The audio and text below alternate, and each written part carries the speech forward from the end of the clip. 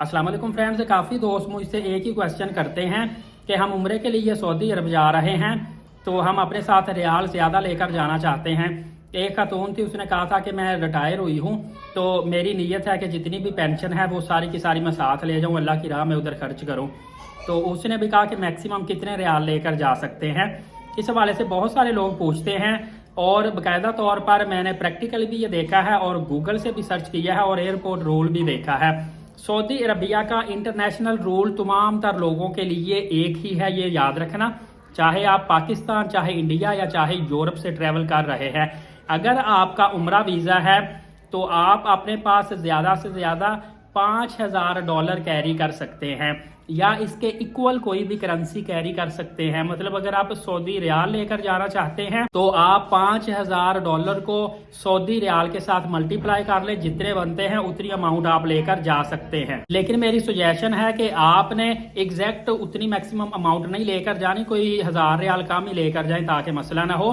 और ये अंडर 18 जो बच्चे हैं, अच्छा ये बड़े लोगों के लिए है कि आप वन टाइम सऊदी अरबिया एक विजिट पे जा रहे हैं तो 5000 रियाल लेकर जा सकते हैं और मैक्सिमम साल के अंदर आप जितनी दफ़ा भी जाते हैं $30,000 से ज़्यादा की लिमिट नहीं होनी चाहिए।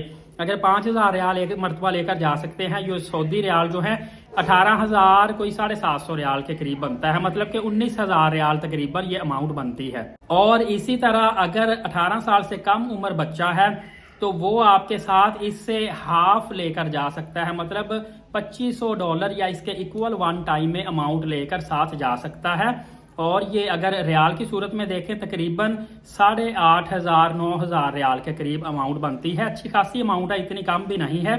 अगर इससे ज़्यादा आप अमाउंट लेकर जाएंगे तो एयरपोर्ट से आपको खुद डिक्लेरेशन फॉर्म लेना पड़ेगा, उसको फिलअप करना पड़ेगा, उसमें डिटेल देनी पड़ेगी कि कितनी अमाउंट लेकर जा रहे हैं, किस पर्पज़ के लिए और ये सोर्स ऑफ इनकम आपका क्या था। अगर आप ये काम नहीं करते तो आप गैर कानूनी मनी लॉन्ड्रिंग की सूरत में भी पकड़े जा सकते हैं और आपके ऊपर बड़ा केस भी बन सकता है। इसीलिए एहतियात करें और ये चीज़ें अपने जहन में रखें ताकि आपको किसी किस्म का एयरपोर्ट पे या प्रदेश में जाके मसाइल का सामना न करना पड़े।